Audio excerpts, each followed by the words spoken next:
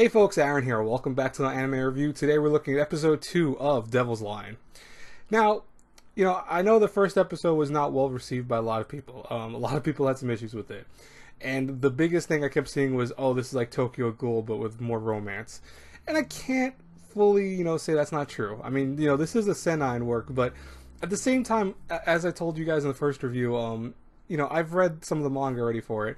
And it reminds me of like a shoujo in many ways. It has this romantic vibe to it that is seen in a lot of shoujo works.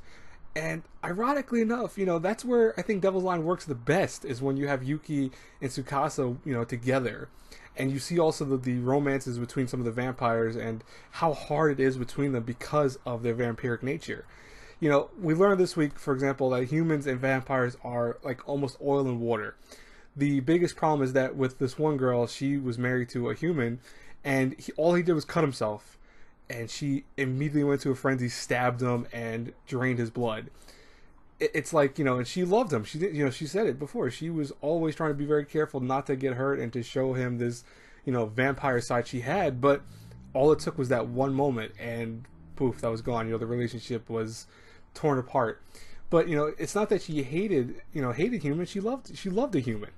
But it also shows you the issues that face Yuki and Tsukasa, because Yuki clearly cares about Tsukasa, but he can't really show it too often because he's afraid. He knows that this could happen. This is not the first time that this vampire and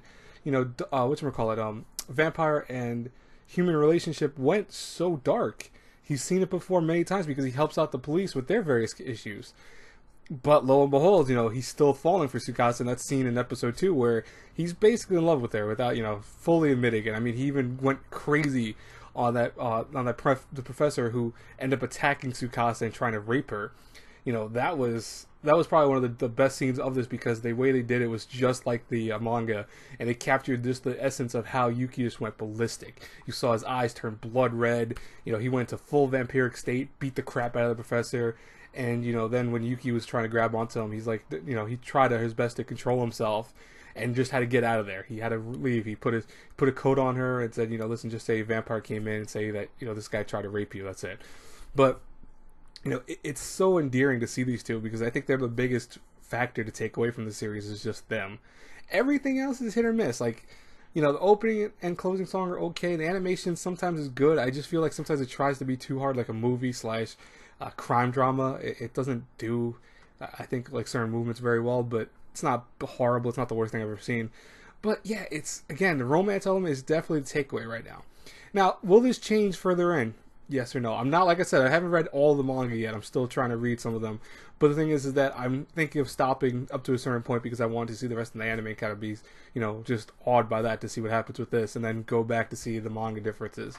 So far, there hasn't been that many differences. This is all stuff that you would still see in the first volume, because this all happened in the first volume. So I'm happy that, they're not rushing too much. They're taking their time with everything. And I could probably see them going up to maybe volume 6 or 7 before they kind of just go, okay, we'll wrap up the season and probably do another season when the series continues or whatever. But what do you guys think about episode 2 of Devil's Line? I would love to hear from you in the comments below, as always, guys and girls. And I will talk to you later. You know what to do if you like my reviews. Think about hitting that subscribe button and hitting the notification bell to see my videos pop up in your feed and all that. And, check out my Patreon for various rewards and stuff like that. I'll talk to you guys later. God bless you all. Bye-bye.